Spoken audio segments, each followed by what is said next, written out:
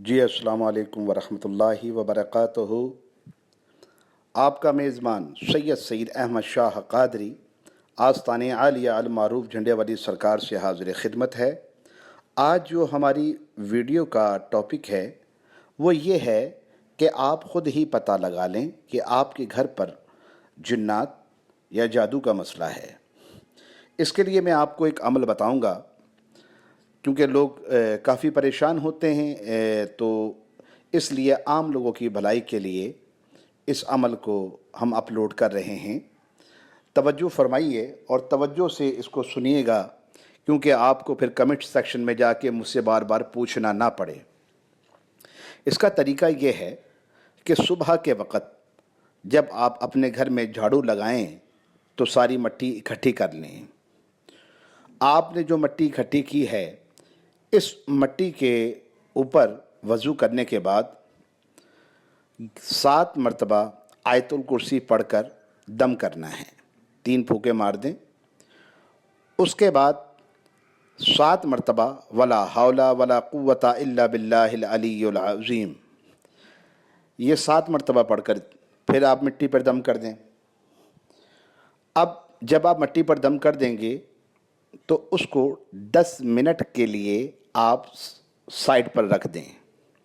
10 minute کے بعد آپ نے اس مٹی کو سونگھنا ہے۔ جب آپ اس کو سونگھیں گے، اگر اس میں سے مچھلی کی بدبو آئے، جیسے سڑی ہوئی مچھلی ہوتی ہے، مچھلی کی اسمیل آئے، تو آپ سمجھ جائیں کہ آپ کے گھر کے اندر ارواح خبیثہ یعنی کہ خبیث جنات ہیں۔ اگر آپ کو مٹی میں سے سڑے ہوئے گوشت کی بدبو آتی ہے، تب بھی آپ یہ سمجھ جائیں کہ گھر کے اندر جو ہے ارواح جنائیہ ہے، یعنی کہ جنات ہیں۔ اگر آپ کو کچے گوشت کی مٹی میں سے سمیل آئے تو آپ یہ سمجھ لیں کہ یہ جادو کے ذریعے چیزیں گھر میں بھیجی گئی ہیں، یعنی کہ گھر پر جادو کیا گیا ہے۔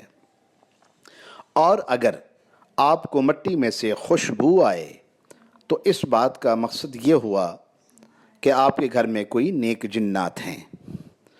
اچھا، بعض دفعہ ایسا ہوتا ہے کہ جب ایک دفعہ آپ عمل پڑھ لیں گے تو مٹی میں سے جب ایک دفعہ کے عمل کرنے سے مٹی میں سے خوشبو یا بدبو آپ کو محسوس نہ ہو تو آپ اسی مٹی کو دوبارہ سے یہ عمل کریں، 7 مرتبہ آیت الکرسی، 7 مرتبہ ولا حول ولا قوت الا باللہ العلی العظیم پڑھ کر دم کر دیں۔ پھر 10 منٹ کے بعد چیک کریں۔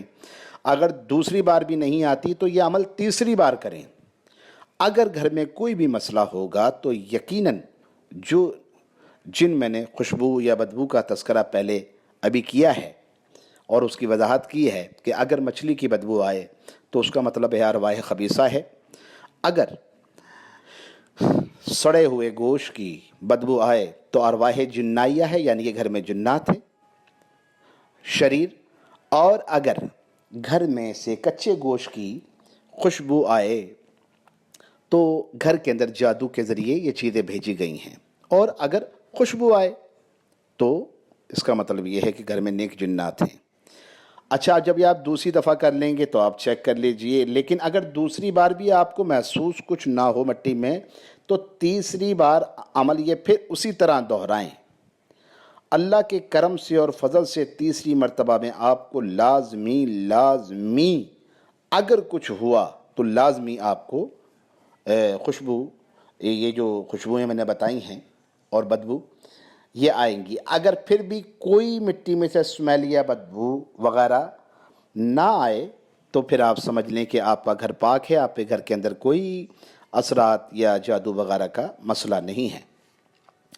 یہ تمام عام لوگوں کے لیے، جو لوگ ضرورت سے زیادہ پریشان ہیں، وہ اس عمل کو کر سکتے ہیں۔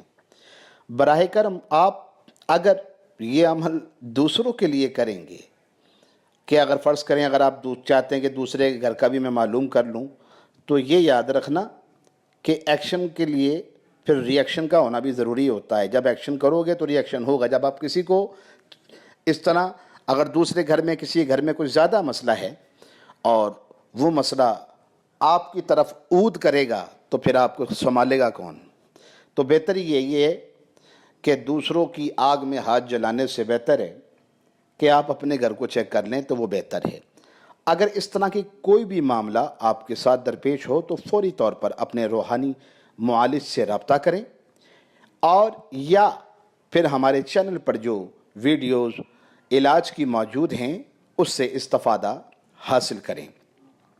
میں امید کرتا ہوں کہ آپ کو یہ ویڈیو ضرور پسند آئے گی۔